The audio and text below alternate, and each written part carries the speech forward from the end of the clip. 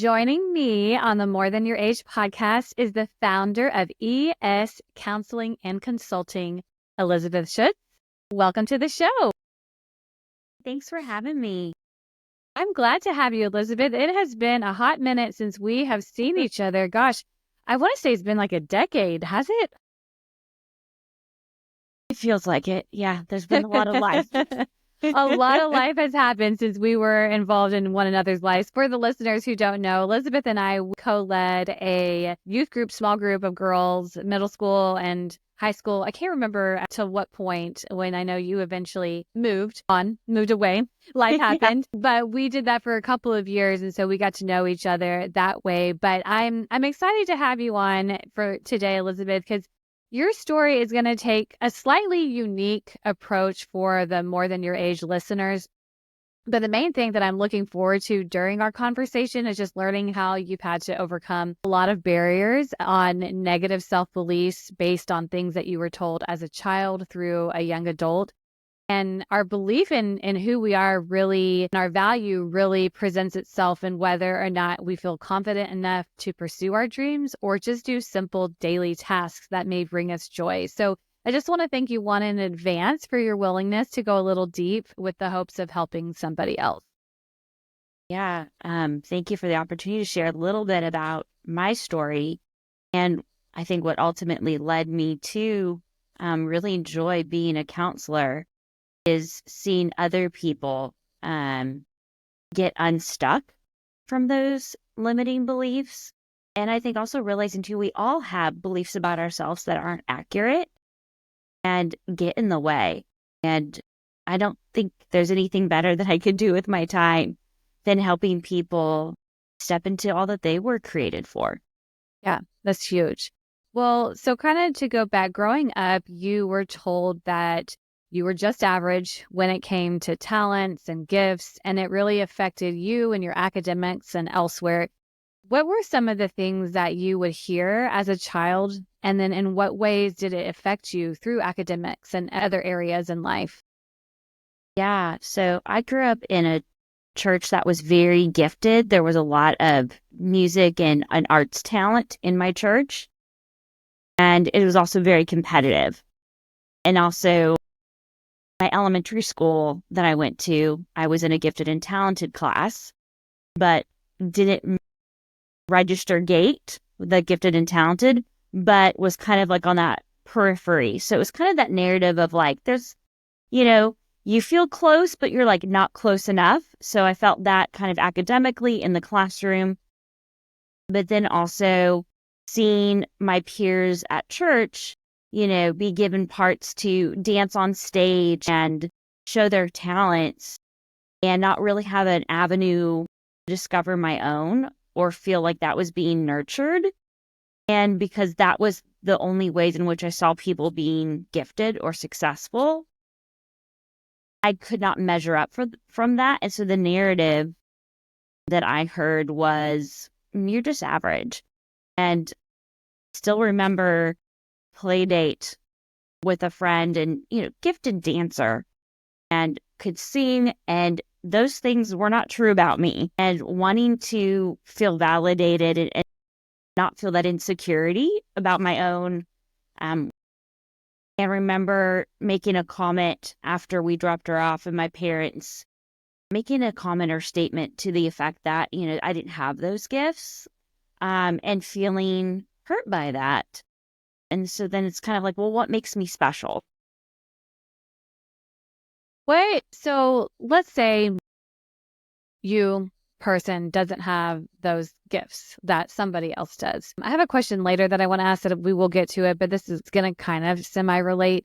What could have your parents or what could have someone said to still encourage you, but then also tell like, maybe it was truthful, like, okay, maybe you didn't have those talents and that's okay, but how can we encourage you in other gifts that you have? Yeah, great question. I think helping me just have an avenue to discover maybe some things that I excel at. Saying, hey, not everybody has the same level of talent in these particular areas, but that doesn't mean that you aren't gifted and talented in other ways, that all of us come with strengths. But that wasn't the narrative that I heard. For me, the way I heard it, and it was not intended to be hurtful, but was feeling lesser than. And I find it interesting too, because you were saying at church, there would be opportunities to sing and to dance and perform, and that it was really competitive. Mhm. I guess every church is different, because I wouldn't normally think, oh, church is going to be the place where you're going to have these opportunities or to have to where it should be a competitive type of environment. What did that look like? Yeah, I think growing up in Los Angeles, I think there was much more of a competitive mindset. And you think about culturally what was happening in the 80s. It was a very much big hair, being noticed. And into the 90s, we talked about those hovering parents and really pushing their kids to excel. That was kind of the culture that I grew up in, and that permeated into the church of, who was investing and nurturing the most into their child's talents and abilities, who was able to be there and take their kids to these classes and things. And then the kids that stood out and had those things got the opportunities. And then I think being at a church that, was influenced by music and the arts, being so close to the entertainment industry, there was constant opportunities. And that's just not an area where I excelled at or had a lot of interest in the acting piece or gifted artistically, but enjoyed music and dance, but wasn't given resources, even kind of explore if I was gifted or not. I just didn't have those abilities at that time. You also would hear statements from other people that you were too talkative or too quiet, which is, you're like, wait, that's contradicting, right? You're too Yeah. talkative, you're too quiet, or too intense. When you would hear these statements, did you believe them, and did you become what others would expect you to be, depending on the situation, kind of like in a self-fulfilling prophecy? Yeah, great question. And I wish I knew, and I wish people knew the science stuff we're learning now, because what I heard growing up didn't start with my peers, but there were some things developmentally that started in my family of origin that had nothing to do with who I was, but my parents, their own unresolved insecurities. And that getting passed on set me up for that vulnerability. And then that's how these things get perpetuated. So not only was I feeling not enough at home because of unresolved things that my parents had not attended to, so feeling like I was too emotional or too whatever. And then that vulnerability being picked up on by peers, not because I was advertising it, but we've learned now that we communicate these things on a nonverbal level. And that's why moving doesn't just change, it doesn't fix the problem. A lot of people talk about going from one school to the next to hope to not be bullied or get hurt at a work situation or church, and they leave only to find that perpetuating. And so sadly what happens is they become the identified person as you must be the problem. And that's kind of what I was experiencing from my teachers and church people, was because I was experiencing bullying and being told, well, you just aren't fun, or you're too quiet, or you're too shy, that the message that I was getting is, you don't measure up. You don't know how to do these things. Instead of, how can we help you? What is happening with your peers is not acceptable, and we aren't going to engage in this type of behavior. And that wasn't happening at my church, particularly. Would try to advocate for myself. I still remember trying this in junior high when I was experiencing, those social dynamics of being told the reason why I wasn't being included. I remember because we gathered around for our nightly church, cabin meeting when we finished night sessions. And I brought up, hey, I was really hurt that I wasn't included throughout the day or given a spot to sit with everyone. And that was hurtful. And their reasoning was, well, you are too shy. You talk too much. And none of the responses from the adults in the room protected me from that. So of course, what do I believe as a 12-year-old? Then it must be me. And if only I could fix me. Instead of, hey, we don't engage in this type of culture, that we include people. Saying, oh, you've got to be best friends and do everything. But this kind of like, we're going to be safe and we're going to like, this is the type of environment where everybody has to be included, not this gathering at your house with your friends. And so that really impacted the narrative that I had that somehow I lacked. And then it became this quest to like, how do I fix the lack? Well, so something I find really interesting though about you at the age of 12, you were confident enough or at least bold enough to say, hey, I'm feeling left out. You guys are doing this to me and it's hurtful to me. Like that's a huge step that I think a lot of kids, I mean, even adults struggle with, even just identifying the fact that one, they're hurt and then telling other people, this is what was done to hurt me. And so something I'm kind of curious about too, is the fact that you did that. So the response was not well received, or they did not respond adequately enough for you. And now that you are a counselor, what would you say to a child in this exact same situation and that is standing up for themselves? And let's say the kids respond exactly the same way and they're not getting the support from the adults. What would you tell what you know now, what would you tell yourself? Hey, this is another step that you should take, or, how would you guide yourself through that specific situation? Yeah. And this is something that, I mean, so many adults come into my office with similar experiences of their own. Like, why did I not feel like I measured up? Why am I still stuck with these narratives? And this frustration of not feeling understood or even feeling like people know who they are. Because with those narratives, one, we cut ourselves off from parts of ourselves in hopes to being acceptable. So I think if I could go back and have gone back as an adult and really have worked to find acceptance of those parts. And I think that's what I would tell parents or any adult, is learning how to validate and go, yeah, that was really reasonable and understandable that you'd be hurt. And to own, because the message that I was hearing was, you're the problem, like, and how validating my own pain that was. Yeah. Like, you're the source of your pain. Like, you're doing this. Rather than the actions and the dynamics here are part of the problem. Not that no one helped me with what was my role. I just heard they are justified in their reason. You are creating this problem instead of, this is their stuff, this is not okay, and this is where we can help you, and this is where the disconnect is. Like, no one helped change the dance. And so then, you get these experiences of being invalidated, and what happens is you become more disconnected, and it becomes harder and harder to find your words and explain those things. And that's where we see kids and adults acting out and getting really big and feeling like they're trying to explain why they're hurt, why they're upset, and it doesn't resolve things, and they become the problem.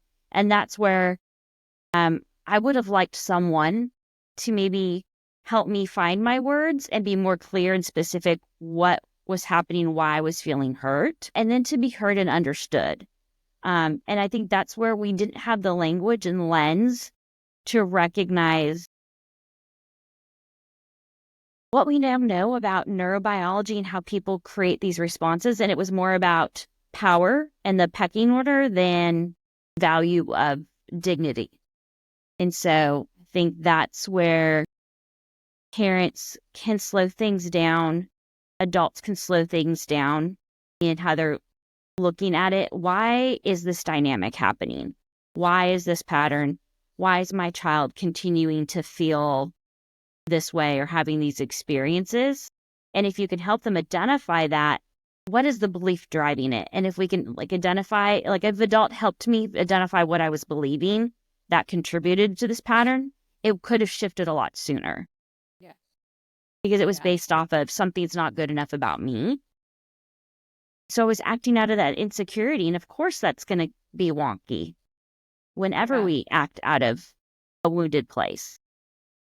Yeah. So you said, you were acting out of an insecurity, and we can easily, like, back to that self-fulfilling prophecy of what people project on us is how we can end up being. We act the way that we expect other people to act, or like you were saying earlier too, that, if the problem still exists and you pull a kid out and you just move them to different schools, it's still going to continue to exist. And I'm curious to know for you, because continually and often, how were you, like, in school? We, at church, we hear what the kids were saying, but how did that affect your confidence and just how you were and how you were perceived at school growing up?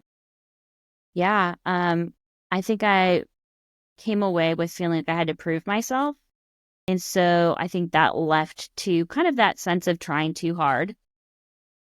And that didn't allow authentic me to be felt. So I've ended up kind of becoming known just by one dimension.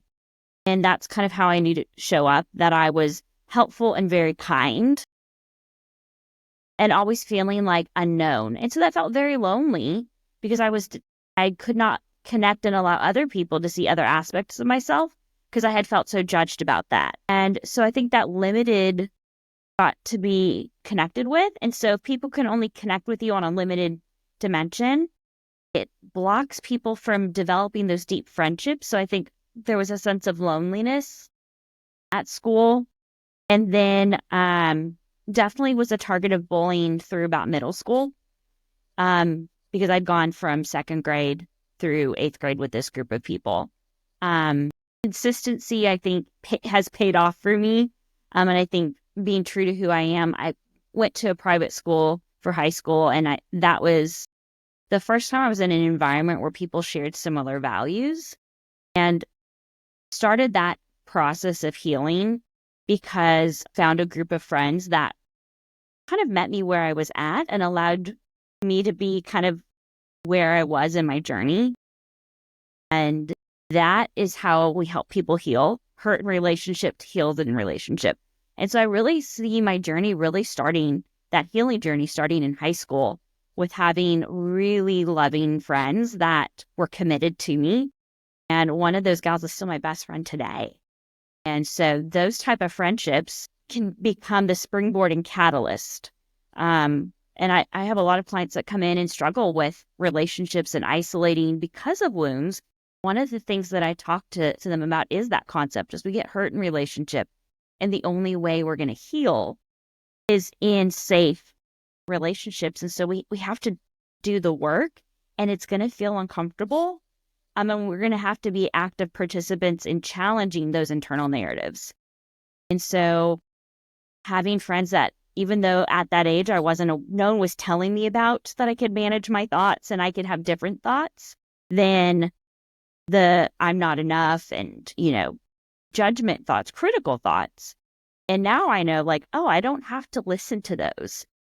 And so as I started having experiences with friends, like being kind and not bullying me and being invited to things, you start to trust and you start to develop that safety. And we know that sense of secure attachment. When a child has secure attachment, they can explore, they can be themselves, and they grow. So I've started to develop some secure attachment with friends. And through that, I learned how to become a really good friend. And then through my journey, learned I could challenge these thoughts. And as I started challenging them, I actually started to become open to new data. And that was really powerful in helping me to shift to having some new views towards myself. And we learn experientially. And so I had to be willing to go through the experience to get to a new place. Yeah. That's good. When you were in the high school and you developed these new friendships and, your best friend still to this day, post high school graduation through college and early adulthood, Did Mhm. you see that some of the things that happened as a child through adolescence can, started over or continued again as a young adult? Or was it still shifting to a better place with people, or how was that after high school? Yeah, it's been a long journey. And it really didn't start to dramatically shift until I did my own work using EMDR. For those that aren't in the world of therapy, it's a form of trauma therapy. It's eye movement desensitization and reprocessing. So what it does is it works experientially, which we know that's how we learn and take on beliefs is through experience. So it allowed me to have these corrective experiences and challenge these negative beliefs, which created space for me to do that in real life. And that was game changing, and started to see the changes that I had made and the shifts start to become more dramatic. And that has opened up a new season, but it's taken a lot of work on my part to be intentional.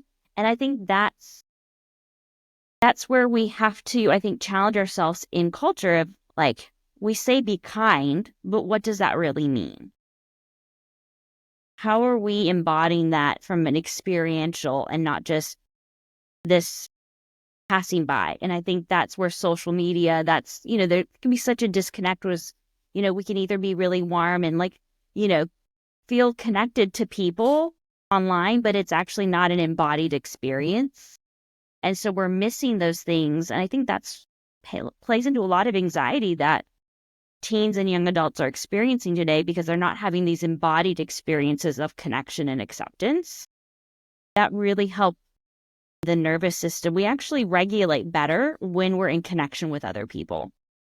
And so I think that's where working through learning the things to how to calm my nervous system, because if my belief is I'm not going to be wanted, I'm going to come in with a lot of insecurity, anxiety, but knowing that I can be empowered to calm my nervous system, that I can challenge these thoughts.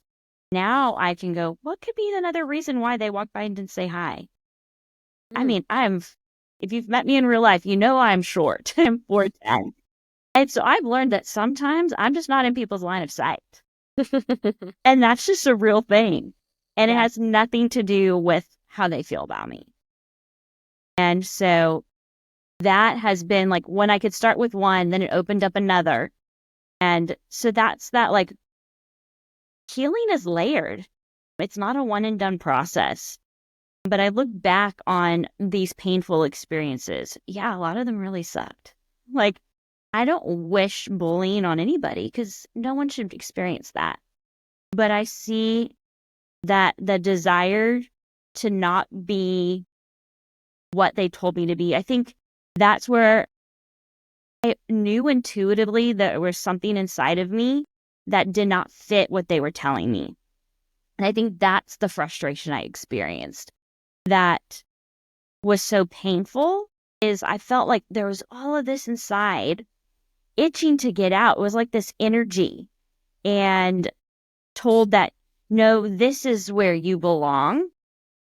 Felt like no one was seeing me. And that's a very painful thing because we all desire deeply to be known and to be seen as much as we are scared of it. We desire it. And so that I think was the deepest part of the wound was feeling not only cut off from myself, but also that then other people didn't see me and understand me. And I think that's where people get a lot of angst and frustration, and it sometimes can lash out at others because this pain can be so detrimental. But I think for me, I turned it into energy as a drive and just the way that I'm wired. And so I was like, all right, what do I need to do? Because I'm not staying here. And I think that was just kind of unique to just the way a gift that I think I was given that allowed me to push past that. And because a lot of people I know, they're just like, well, that's just my lot. I'm just going to accept. And I'm Mm. like, I am not accepting that narrative because that doesn't fit. That doesn't like intuitively there was something like, no, that doesn't like feel right. That I feel like, no, I'm not supposed to be excluded. Like I'm supposed to be part of life. And so in that, I pursued a lot of reading, mentors, a lot of learning. And though I made some surface changes, it was when I was able to integrate that into the body work that just accelerated. But I'm so grateful because all of that has kind of led to where I am now.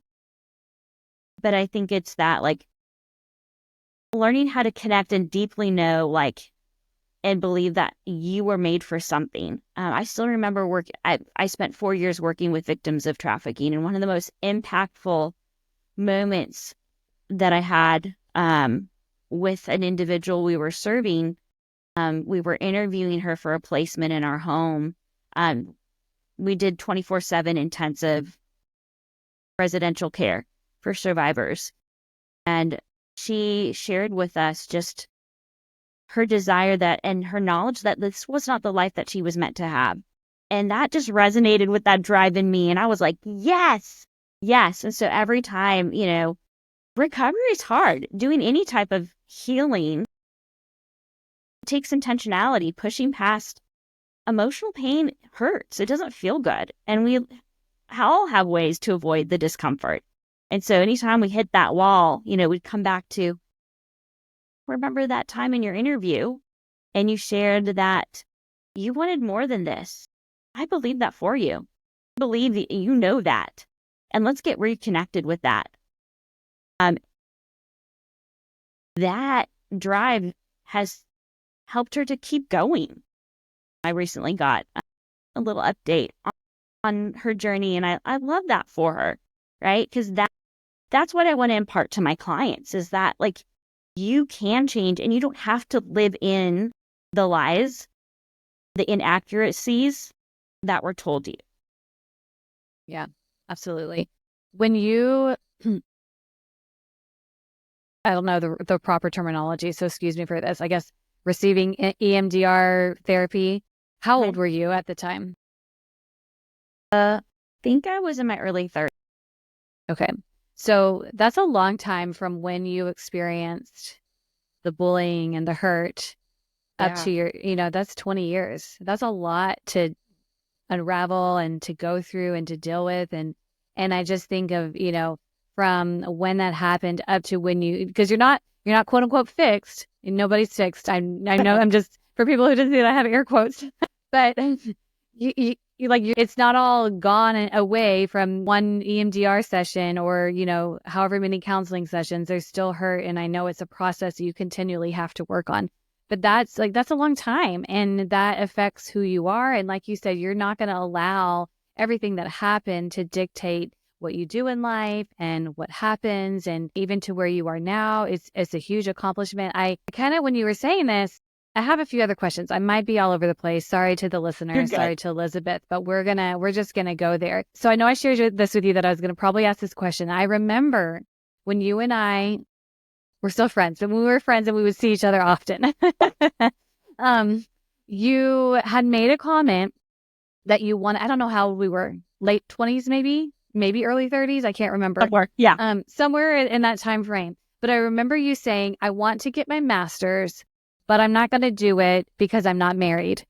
And I remember saying, Elizabeth, what, why you don't need to be married to do this? Why do you believe this? Why do you think, just now, knowing yourself now and knowing yourself then, why do you think you believed that at the time? I think part of it was, I think we're designed for partnership. I think we flourish best in partnership. And I saw how so many people that I knew, because of that support, they made a way for each person to pursue their dreams. And the ability to have dual income or someone helping with, sharing those responsibilities would make it a lot easier. And definitely was a challenge. And so I think I got to a place where, one, I knew that I was called into this space.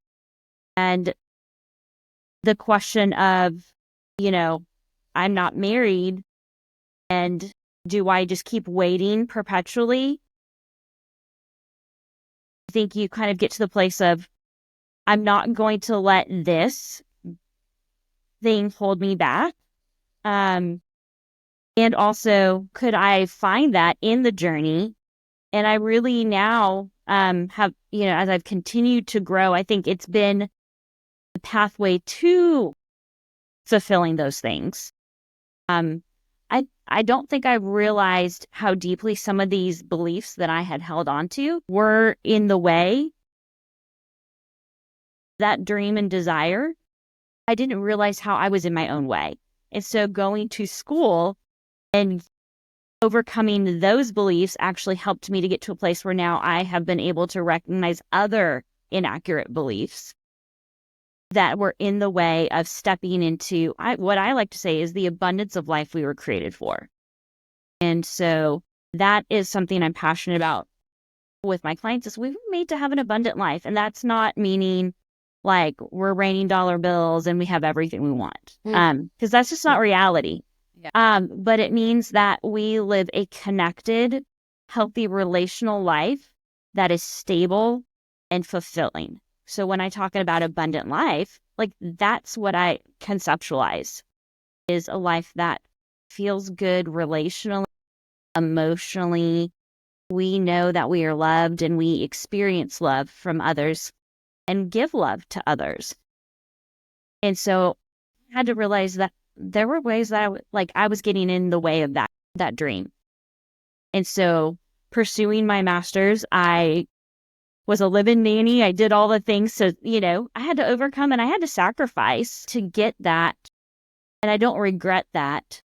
But there was a cost too. And I think that's something that I don't think a lot of people give space to, that there is cost and things to grieve when things don't go as planned. I think when you get to your 30s, you start to recognize that some of the things you desired in your 20s didn't happen. Some of the hopes you had for your life in your 20s didn't happen. And I think it's really important we give space for people to be able to process that and acknowledge that, but not live there. But I think you have to own and be able, and I think that was part of the process that I went through my journey was grieving and recognizing my own choices and the cost that some of my own choices made. So I could actually then start to realize that I had freedom to make different choices. Yeah, that's good. I like that. Recognizing the costs and then the freedom to make different choices. Because like you said, it's really easy. I mean, I feel like a lot of us have been there in some capacity, whatever that may be, to just feel stuck in the situation, whatever that situation may be. And it looks different for everybody. And then it's what you do with that. Do you sit in it and sit in it forever? Or do you do something about it? And you chose to do something about it, which is phenomenal. It's huge because I know, like you said, you had to overcome a lot, especially a lot of just like in your head of different things and beliefs about yourself and everything like that. So you said too that you were a live-in nanny when you were going to school. What were some of the other initial steps or even after that you had to take in order to obtain this degree and kind of your next steps? Yeah, I think one, as I was willing to be creative.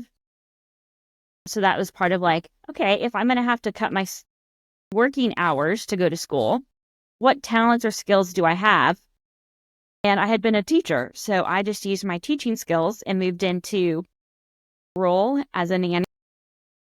And that provided a community of support, that provided income and a place to live that reduced my expenses. And so I think one is, what gifts and talents do you bring to the table to use as a resource? And how can you be creative? There was times where I would barter things with people. Like, I don't have the money to do this, but I can like trade this skill for your skill. So I think that those are some of the ways that I networked and created resources for myself, and just being willing to ask a lot of questions and get to know people in this field and have a hunger to learn and to work on myself.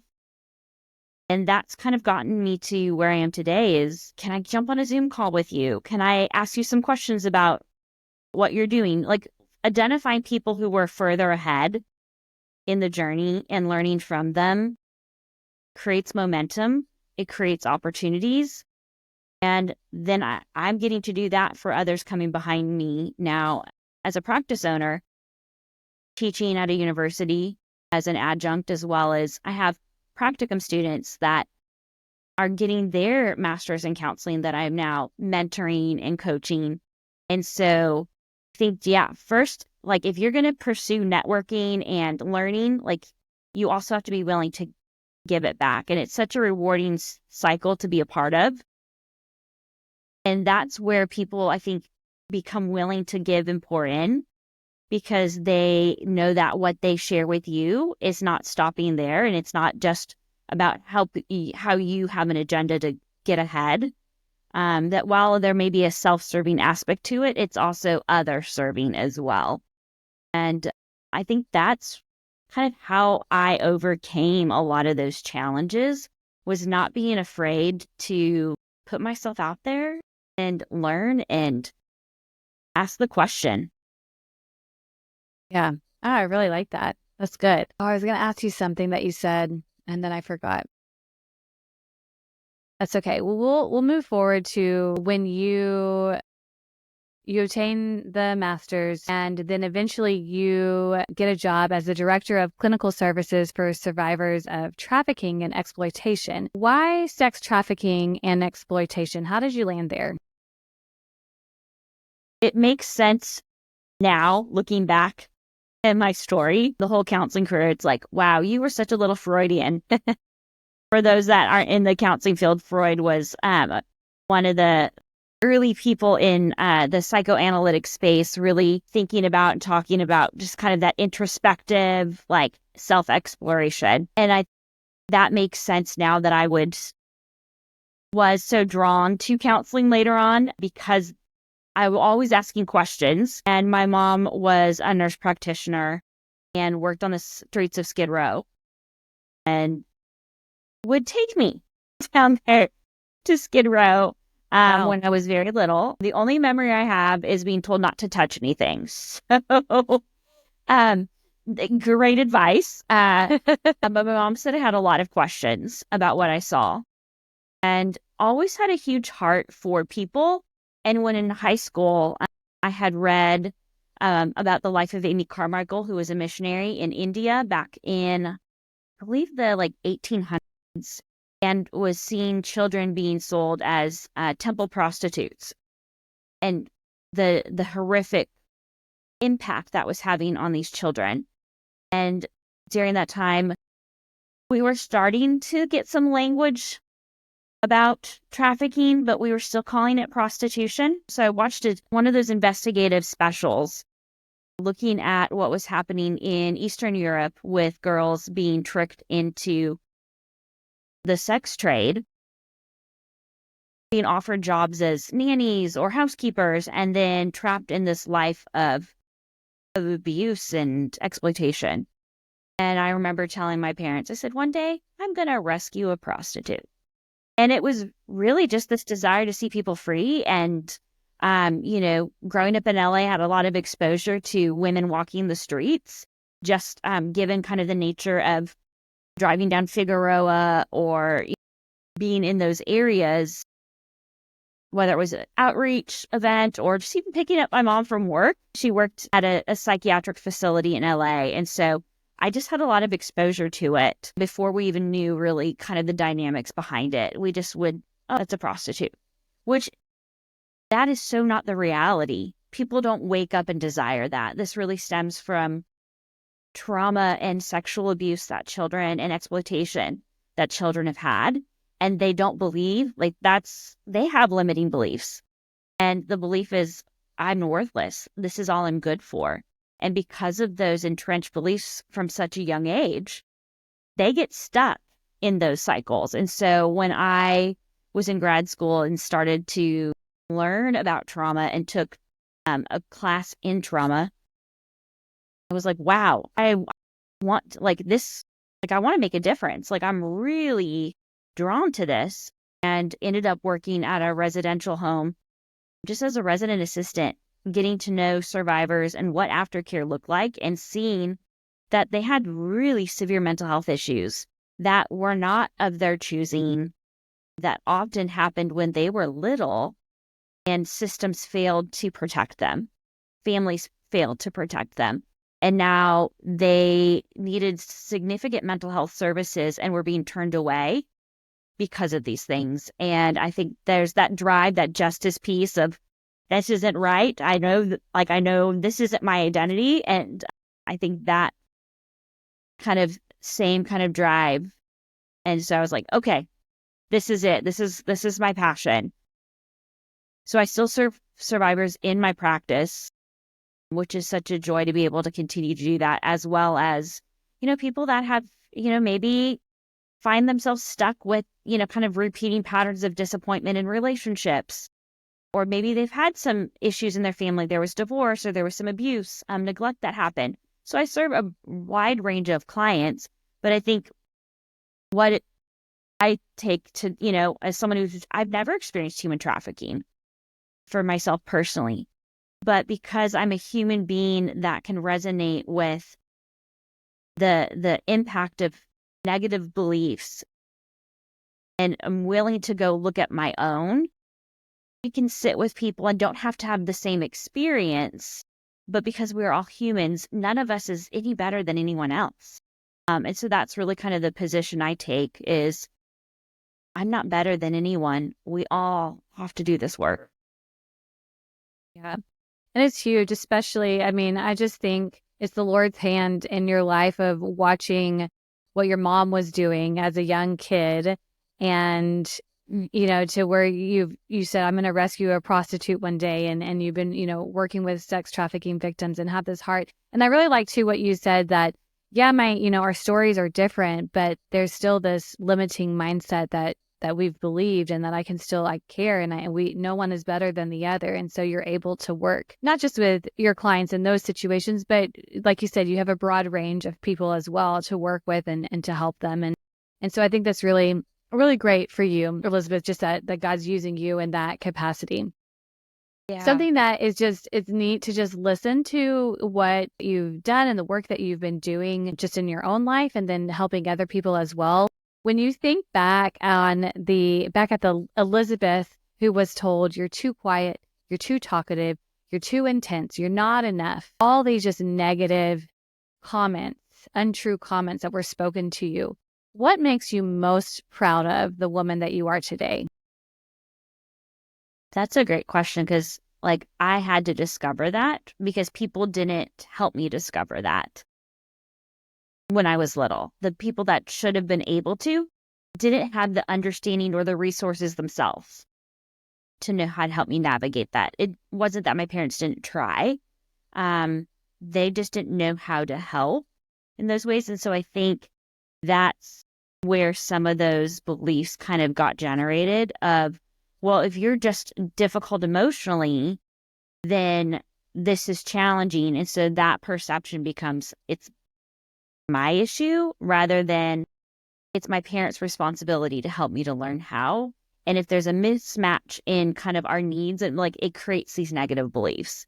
And so I think having that information now and being able to go, wow, that belief here doesn't line up with what I'm experiencing now. And so then I've been able to go, wow, it's really cool how I'm able to sit with people on this. It's really cool the way that my consistency is impactful. That's part of who I am.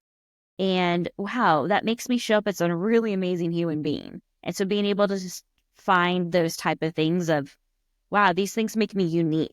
And that's been, I think, a process of discovery that has then allowed me to start to take risks and exploring other areas of myself.